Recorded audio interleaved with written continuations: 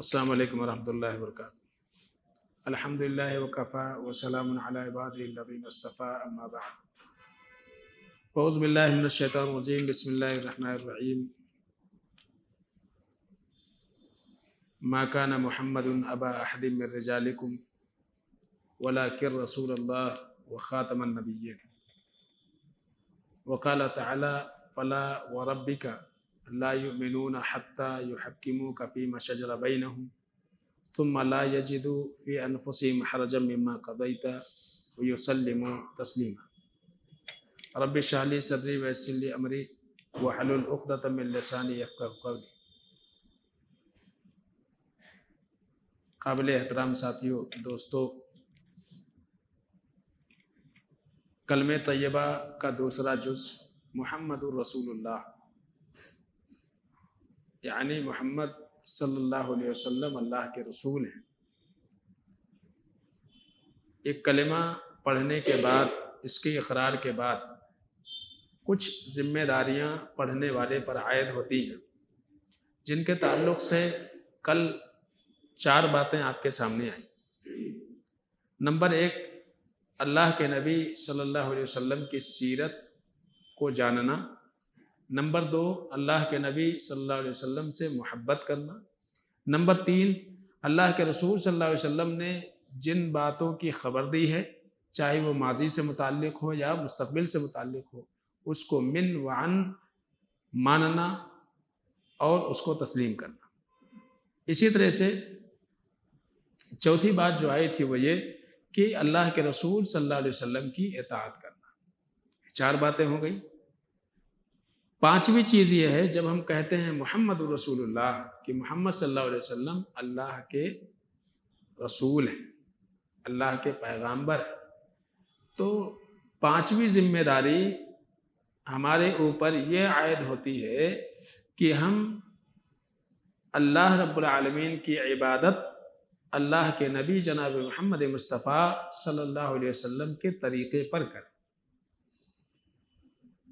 عبادت کے معاملے میں ہم آزاد نہیں ہیں، اس لیے کہ عبادت کس کی ہے؟ اللہ کی۔ کیسی ہوگی؟ یہ تو اللہ کے نبی صلی اللہ علیہ وسلم نے بتایا ہے۔ تو جب اللہ کے نبی صلی اللہ علیہ وسلم ہی نے بتایا ہے کہ یہ چیز اللہ کی عبادت ہے، تو عبادت کے طریقے بھی اللہ کے نبی صلی اللہ علیہ وسلم سے لینی پڑے گی۔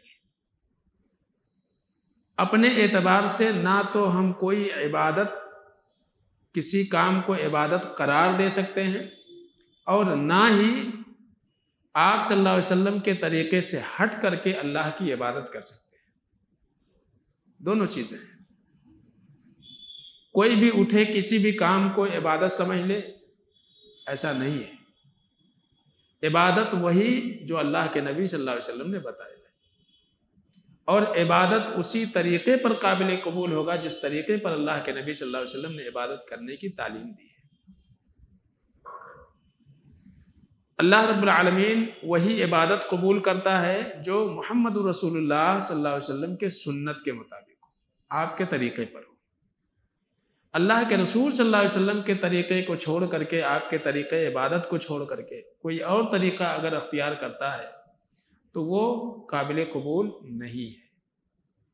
بعض لوگوں نے نبی رحمت صلی اللہ علیہ وسلم کے طریقے کو چھوڑ کر کے آپ صلی اللہ علیہ وسلم سے یا آپ صلی اللہ علیہ وسلم کے برابر میں عبادت کرنے کی کوشش کی، تو آپ صلی اللہ علیہ وسلم نے منع کر دیا۔ 3 صحابی اللہ کے نبی صلی اللہ علیہ وسلم کے گھر پر گئے، آپ صلی اللہ علیہ وسلم کے عبادتوں سے متعلق سوال کیا کہ اللہ کے رسول صلی اللہ علیہ وسلم کی عبادتیں کیسی ہوا کرتی ہیں۔ جب اماں عائشہ رضی اللہ تعالیٰ عنہا نے اللہ کے نبی صلی اللہ علیہ وسلم کی عبادتوں کے بارے میں بتایا تو انہیں اپنی عبادتیں نبی کے بالمقابل کم لگی، تو انہوں نے عہد کیا، اپنے آپ سے وعدہ لیا کہ اب ہم ہمیشہ روزہ رکھیں گے، بلا چھوڑے مسلسل روزہ رکھیں گے۔ دوسرے صاحب نے کہا کہ اب ہم رات میں سوئیں گے ہی نہیں، پوری رات عبادت کریں گے اللہ تعالیٰ کی۔ تیسرے صاحب نے کہا کہ شادی بیاہ کرنے سے آدمی بال بچوں میں پھنس کر کے رہ جاتا ہے، عبادتیں نہیں ہو پاتی ہیں، اس لیے اب شادی بیاہ ہی نہیں کریں گے۔ اللہ کے نبی صلی اللہ علیہ وسلم کو جب پتہ چلا، آپ نے بلایا تینوں کو اور آپ نے کہا کہ دیکھو تم سے زیادہ میں اللہ رب العالمین سے ڈرنے والا ہوں، لیکن میں کبھی روزے رکھتا ہوں اور کبھی نہیں رکھتا ہوں، اور میں رات میں سوتا بھی ہوں اور اللہ کی عبادت بھی کرتا ہوں، اور میں نے شادیاں بھی کی ہیں، 1 نہیں 11، تو تمہیں تو 4 کی اجازت ہے لیکن ہم نے تو 11 کی بھی ہے۔ فمن رغب عن سنتی فلیس منی، تو عبادت میں جو میرے طریقے کو چھوڑ کر کے کسی اور طریقے کو اختیار کرے گا اس کا تعلق مجھ سے نہیں ہے۔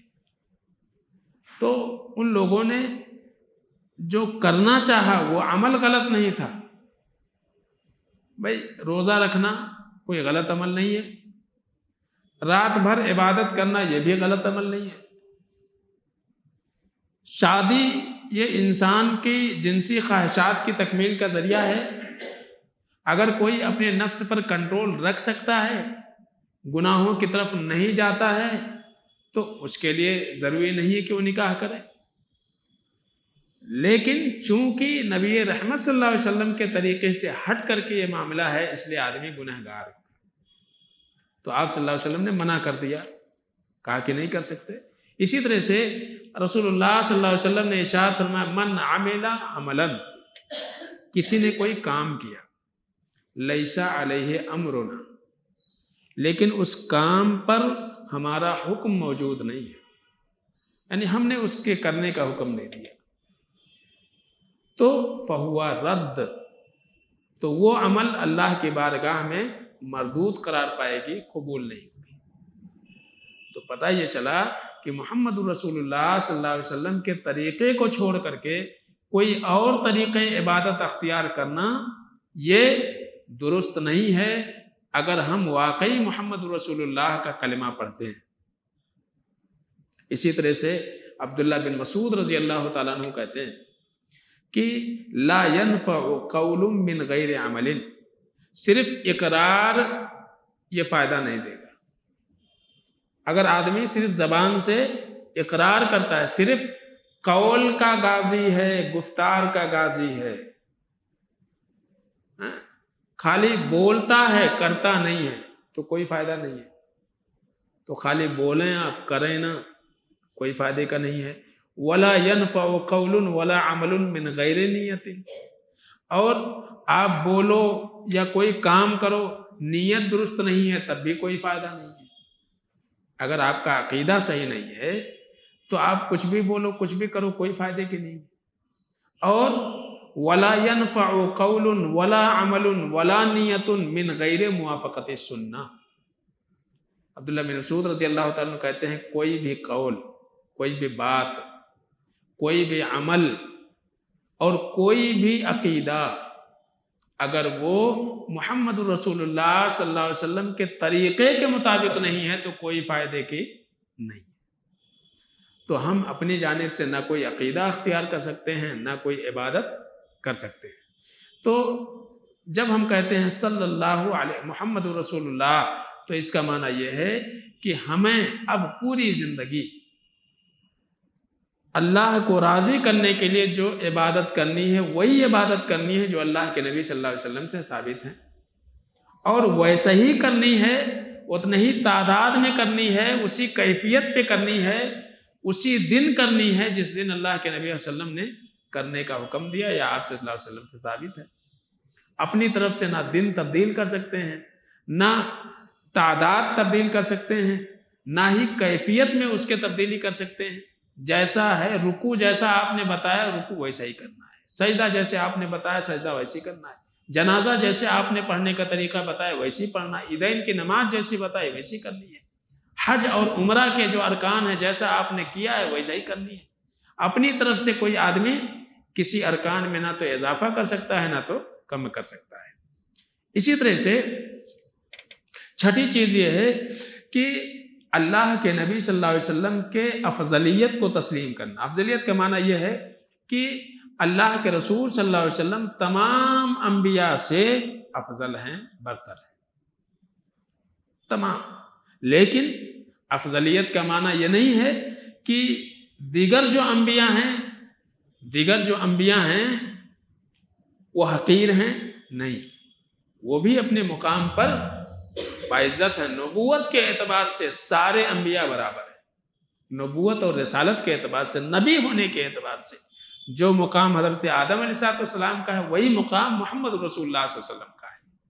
نبوت کے اعتبار سے وہ بھی نبی، ہمارے رسول بھی نبی، تو نبوت اور رسالت کے اعتبار سے سارے انبیاء برابر ہیں، لیکن کچھ خصوصیات اللہ تعالیٰ نے ہر انبیاء کو الگ الگ دی ہیں، تو ان خصوصیات کے اعتبار سے بعض انبیاء کے اوپر فضیلت رکھتے ہیں، جیسے کہ اللہ نے قرآن میں کیا فرمایا، تِلْكَ الرُّسُلُ فَضَّلْنَا بَعْضُهُمْ عَلَى بَعْضٍ، کہ جتنے بھی انبیاء اور رسول ہیں ہر ایک کو ہم نے ایک دوسرے پر فضیلت دے رکھی ہے، لیکن تمام تر فضیلت والے جتنے بھی انبیاء ہیں سارے انبیاء میں ہمارے نبی صلی اللہ علیہ وسلم سب سے زیادہ افضل ہیں، یہ ماننا چاہیے۔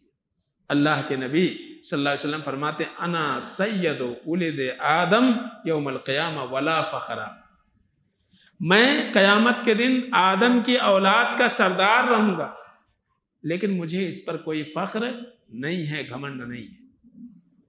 تو اللہ کے نبی صلی اللہ علیہ وسلم سب سے تمام انبیاء میں افضل ہیں، اس بات کو ماننا۔ اسی طرح سے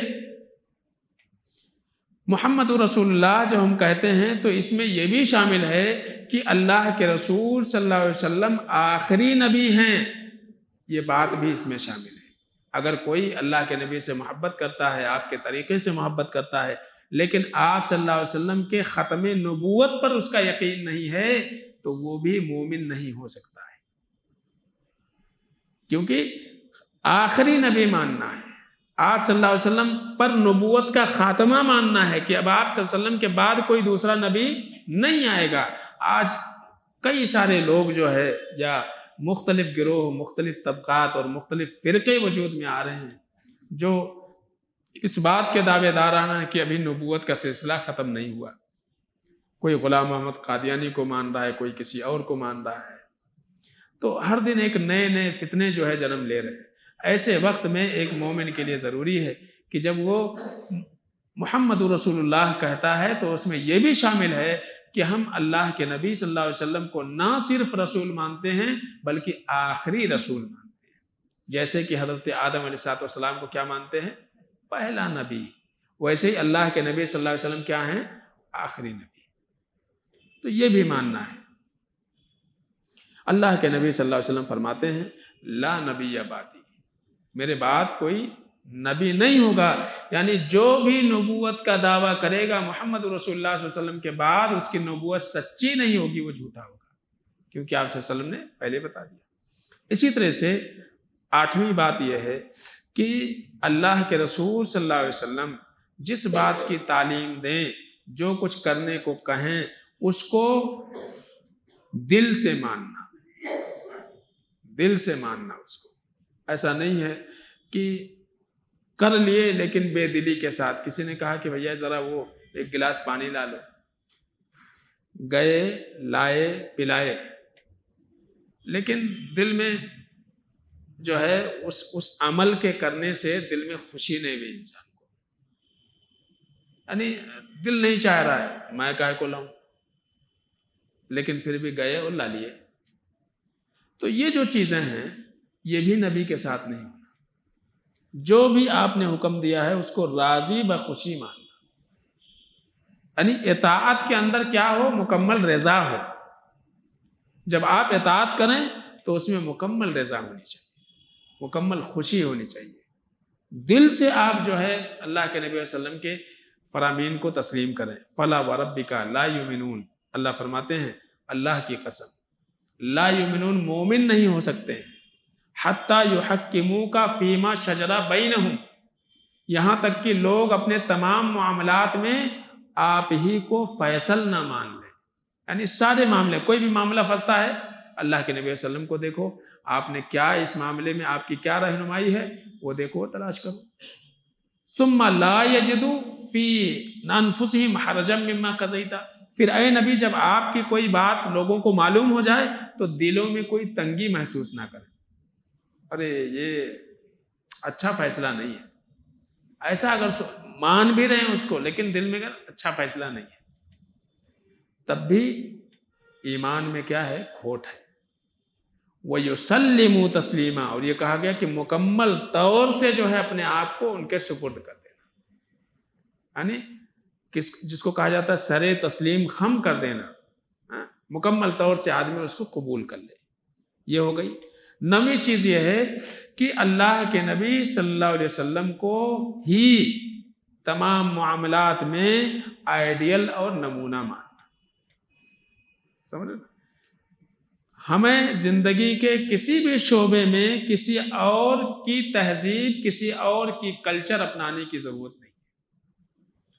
ہم لباس ہو، ہمارا کھانا پینا ہو، ہماری تجارت ہو، ہمارا اٹھنا بیٹھنا ہو، ہماری بول چال ہو، ہمارا طور طریقہ ہو، سب ہمارے لیے کون آئیڈیل بنیں گے؟ محمد رسول اللہ صلی اللہ علیہ وسلم. سمجھے نا؟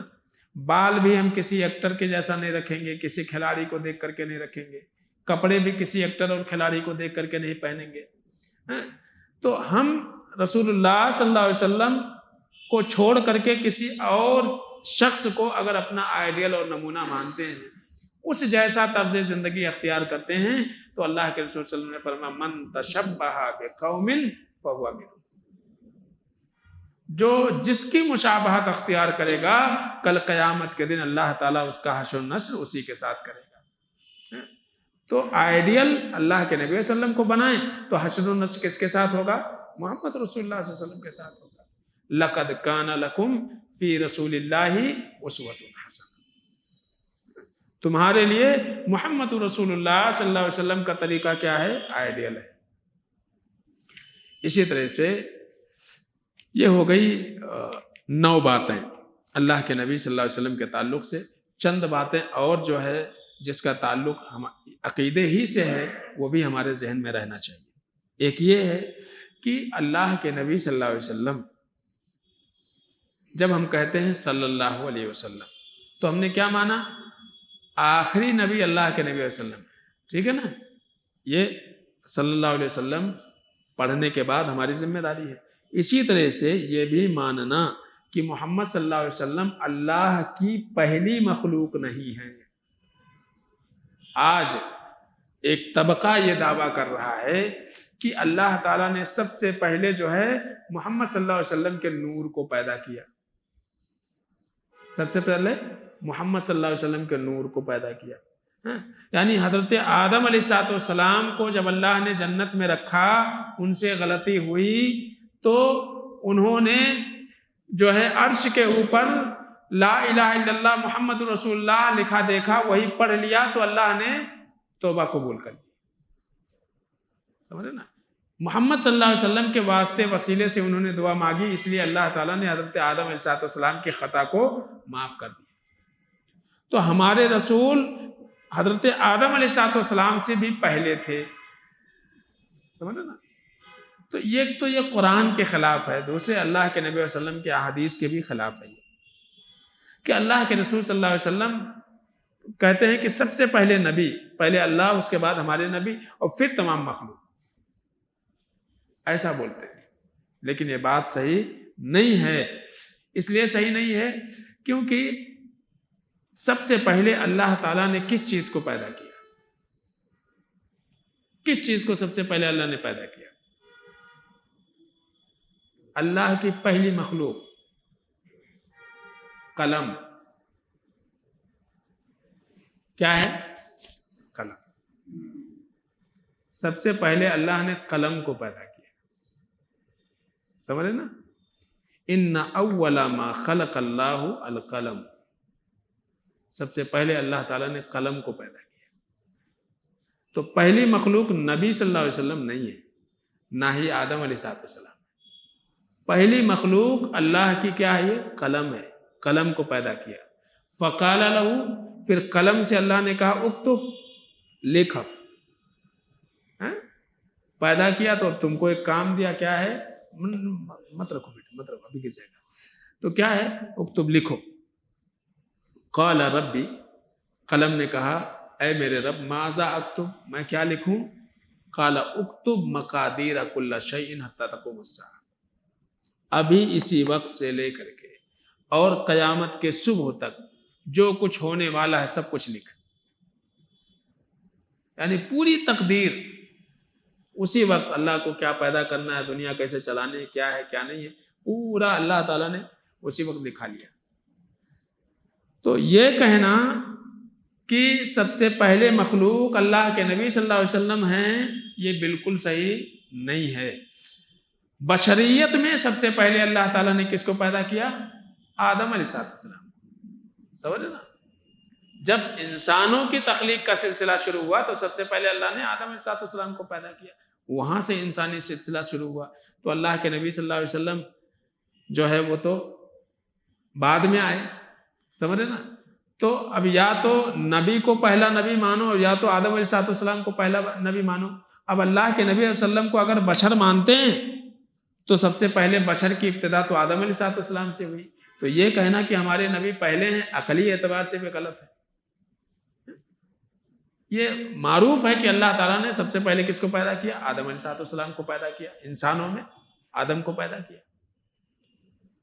تو جب مخلوق کی بات آئے گی کہ سب سے پہلے اللہ تعالیٰ نے کون سی مخلوق پیدا کی، تو قلم پیدا کیا اللہ نے، سمجھ؟ قلم پیدا کیا۔ اور انسانوں میں حضرت آدم علیہ السلام کو پیدا کیا۔ لہذا اگر کوئی شخص یہ کہتا ہے کہ محمد رسول اللہ صلی اللہ علیہ وسلم اللہ کی پہلی مخلوق ہیں تو وہ سب سے بڑا جھوٹا انسان ہے۔ کیوں؟ اس لیے کہ قرآن میں صاف طور سے اللہ نے فرمایا، سورہ بقرہ آپ پڑھیں تو وہاں جو ہے حضرت آدم علیہ السلام کے پیدائش کا تذکرہ ہے۔ وَإِذْ قَالَ رَبُّكَ لِلْمَلَائِكَةِ اسْجُدُوا إِنِّي جَاعِلٌ فِي الْأَرْضِ خلیفہ، یہ جو پوری آیتیں ہیں اس میں حضرت آدم علیہ السلام کے تخلیق کا تذکرہ ہے۔ اسی طرح سے قیامت کے دن جب ساری مخلوق میدان محشر کے اندر جمع ہوگی تو اللہ کے رسول صلی اللہ علیہ وسلم نے فرمایا کہ لوگ جو ہے سفارش یعنی حساب و کتاب شروع ہو جائے اس کے لیے سارے لوگ پریشان رہیں گے۔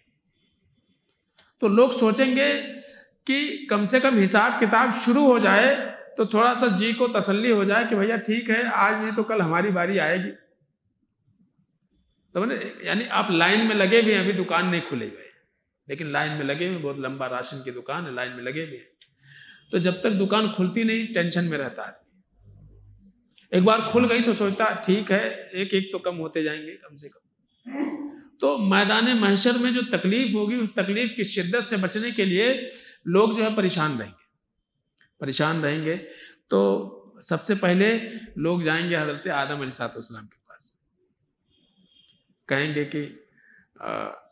کہیں گے آپ جو ہے آدم ہیں، آپ ابو البشر ہیں، یعنی انسانوں کے باپ ہیں، خلق اللہ بیدہ، اللہ تعالیٰ نے آپ کو اپنے ہاتھوں سے پیدا کیا اور اللہ نے آپ میں روح پھونکا، پھر اللہ تعالیٰ نے فرشتوں کو سجدے کا حکم دیا، لہذا آپ اللہ سے ہمارے لیے سفارش کر دیں۔ تو اس حدیث میں بھی تذکرہ ہے کہ اللہ تعالیٰ نے حضرت آدم علیہ السلام کو پیدا کیا۔ تو ایک بات ہو گئی، مختصر میں آگے بڑھتے ہیں، 3-4 باتیں ہیں ختم کر لیں گے۔ نمبر 2، اللہ کے رسول صلی اللہ علیہ وسلم کو بشر ماننا۔ پہلی چیز کیا ہو گئی؟ ہمارے نبی پہلے مخلوق نہیں ہے، پہلے مخلوق کیا ہے؟ قلم۔ اور انسانیت کی ابتدا کہاں سے ہو رہی ہے؟ آدم علیہ السلام سے، ٹھیک ہے۔ دوسری بات یہ ہے کہ آج ایک گروہ ہے باقاعدہ جو کہتا ہے کہ اللہ کے نبی صلی اللہ علیہ وسلم بشر نہیں ہے، کیا ہے؟ نور ہے، ٹھیک ہے، نور ہے، بشر نہیں ہے، سمجھ رہے؟ نور ہے۔ اللہ نے 3 ہی مخلوق پیدا کی ہے، ایک مٹی سے، دوسرے آگ سے، کون پیدا ہوئے آگ سے؟ جنات، اور تیسرے نور سے، وہ ہے فرشتے، سمجھ گئے نا؟ تو اللہ کے نبی علیہ وسلم نار سے تو ہوئے نہیں، جنوں میں سے ہیں نہیں۔ نمبر 2، جب یہ مانتے ہیں کہ مٹی سے بھی نہیں ہے تو انسان نہیں ہے، پھر کیسے ہوئے؟ نور سے ہوئے۔ یہ تیسری بچتے ہیں نور، تو کہتے ہیں کہ نور سے پیدا ہوئے، ایسا مان رہے ہیں۔ حالانکہ ہم جانتے ہیں کہ اللہ کے نبی صلی اللہ علیہ وسلم کی پیدائش ویسے ہی ہوئی ہے جیسے کہ ایک انسان کی پیدائش ہوتی ہے. آپ کے والد بھی ہیں، آپ کی والدہ بھی ہیں، دادا بھی ہیں، پردادا بھی ہیں، چچا بھی ہیں، پورے رشتہ دار، پورا خاندان ہے. اچھا، آم کے پیڑ سے آم ہی پیدا ہوتا ہے، املی تو نہیں پیدا ہوتی. ٹھیک ہے. اگر اللہ کے نبی صلی اللہ علیہ وسلم نور ہیں تو پھر حضرت فاطمہ بھی نور، آپ کی بیٹیاں بھی نور ہیں. پھر اس کے بعد جو ہے آگے بڑھتے جاؤ، پھر نور کی شادی تو نور سے ہی ہوگی، ہے نا. پھر دونوں خلیفہ بھی نور کہ نہیں، سب نور ہو جا رہے ہیں نا. پھر ان سے ہونے والی اولاد بھی نور. پھر جو لوگ نبی سے، نبی کے خاندان سے اپنا رشتہ جوڑ رہے ہیں وہ بھی نور ہیں. ابو جہل، ابو لہب بھی اسی خاندان سے تھے نا، تو بھی نور. بات کہاں تک جا رہی ہے؟ اور دوسرے نور اگر ہیں تو نور کو موت نہیں ہوتی ہے، اس کے اندر توالد و تماسل کا سلسلہ نہیں جاری ہوتا ہے. کوئی بتائے حضرت جبریل امین کے ابا کا نام کیا ہے، ان کے امی کا نام کیا ہے، ان کا خاندان کون سا ہے. لیکن نبی کے بارے میں پوچھے، پھر نبی کو نور بھی مانتے ہیں، پھر ان کی ولادت بھی مناتے ہیں. حضرت جبریل امین کی جو ہے ولادت کب ہے، میکائیل کی ولادت کب ہے، اسرافیل کی ولادت کب ہوئی، سمجھے نا. تو ایک تو ولادت بھی مناتے ہیں، ایک زمانے تک یوم وفات بھی مناتے رہے، پھر ولادت بھی مناتے ہیں، سمجھے نا، پھر اولاد بھی مانتے ہیں. تو عقلی اعتبار سے بھی یہ ساری چیزیں غلط ہی ہیں، سمجھے نا. تو کہتے ہیں کیا، اللہ تعالیٰ نے اللہ کے نبی صلی اللہ علیہ وسلم کو کس سے پیدا کیا؟ اپنے نور سے پیدا کیا. یہ ساری باتیں کیا ہیں؟ جھوٹ ہیں، ساری باتیں جھوٹ ہیں. قرآن میں اللہ تعالیٰ نے فرمایا وَمَا جَعَلْنَا لِبَشَرٍ مِّن قَبْلِكَ الْخُلْدَ، اے نبی آپ سے پہلے کسی بھی بشر کو ہم نے ہمیشگی والی زندگی نہیں دی ہے. أَفَإِن مِّتَّ فَهُمُ الْخَالِدُونَ، أَفَإِن مِّتَّ فَهُمُ الْخَالِدُونَ. اور عمومی طور سے مشرکین کا جو عقیدہ تھا وہ یہ کہتے تھے کہ انسان کیسے رسول ہو سکتا ہے، رسول تو کوئی سپر پاور ہونی چاہیے. مالی حاضر رسول یاکل الطعام یمشی فی الاسواق لولا انزل الیہ ملک یکون معہ نذیرا. مشرکین کہتے تھے کہ یہ اپنے آپ کو رسول کہتے ہیں، یہ بھی تو تجارت کرتے ہیں، کاروبار کرتے ہیں، کھاتے پیتے ہیں، یہ کون سے رسول ہے؟ رسول ہوتے تو فرشتہ رسول ہوتا تو اچھا رہتا تھا. تو ان کو آبجیکشن تھا کہ انسان رسول نہیں ہو سکتا، سمجھے نا. تو اگر اللہ کے نبی صلی اللہ علیہ وسلم نور ہوتے تو ان کا یہ آبجیکشن ہی غلط تھا، سمجھے نا. تو مشرکین بھی اللہ کے نبی صلی اللہ علیہ وسلم کو بشر مانتے تھے، وہی حقیقت ہے. اور آج کے زمانے کے لوگ کیا بول رہے ہیں کہ نہیں، وہ نور تھے. دوسری بات، حضرت جبریل امین جو ہے وہ بیمار ہوتے ہیں کہ نہیں ہوتے ہیں؟ بالکل نہیں ہوتے ہیں. لیکن اللہ کے نبی صلی اللہ علیہ وسلم بیمار ہوتے تھے، بیمار ہوئے، آپ کی موت ہوئی. اسی طرح سے تیسرا عقیدہ جب ہم مانتے ہیں محمد رسول اللہ، اللہ کے نبی صلی اللہ علیہ وسلم اللہ کے پیغامبر ہیں، تو ایک عقیدہ یہ بھی ذہن میں رکھیں، وہ یہ کہ اللہ کے نبی صلی اللہ علیہ وسلم غیب کا علم نہیں رکھتے تھے. بہرحال بات طویل ہو جائے گی، تو بات یہیں تک ختم کرتے ہیں. اس پر کچھ تفصیل انشاءاللہ پھر بعد کے درس میں آئے گی، لیکن اب پیر سے درس رہے گا، ٹھیک ہے نا. پیر سے انشاءاللہ رہے گا.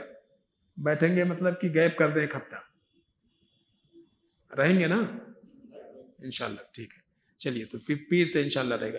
تو 2-3 باتیں، 4 باتیں آئیں آج کے درس میں. اللہ سے دعا ہے کہ العالمین ہم سب کو صحیح عقیدے پر قائم رہنے کی اللہ توفیق عطا فرمائے. آمین یا رب العالمین.